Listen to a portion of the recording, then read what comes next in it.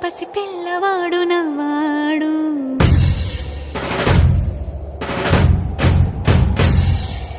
విడుముండోడు అని ఊరు వాడ అనుకున్న గాని మహారాజు నాకు నవాడు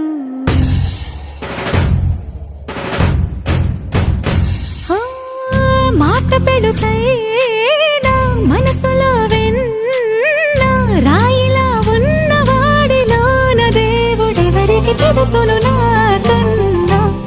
సూసేకి అగ్గిరవ్వ మాదిరే ఉంటా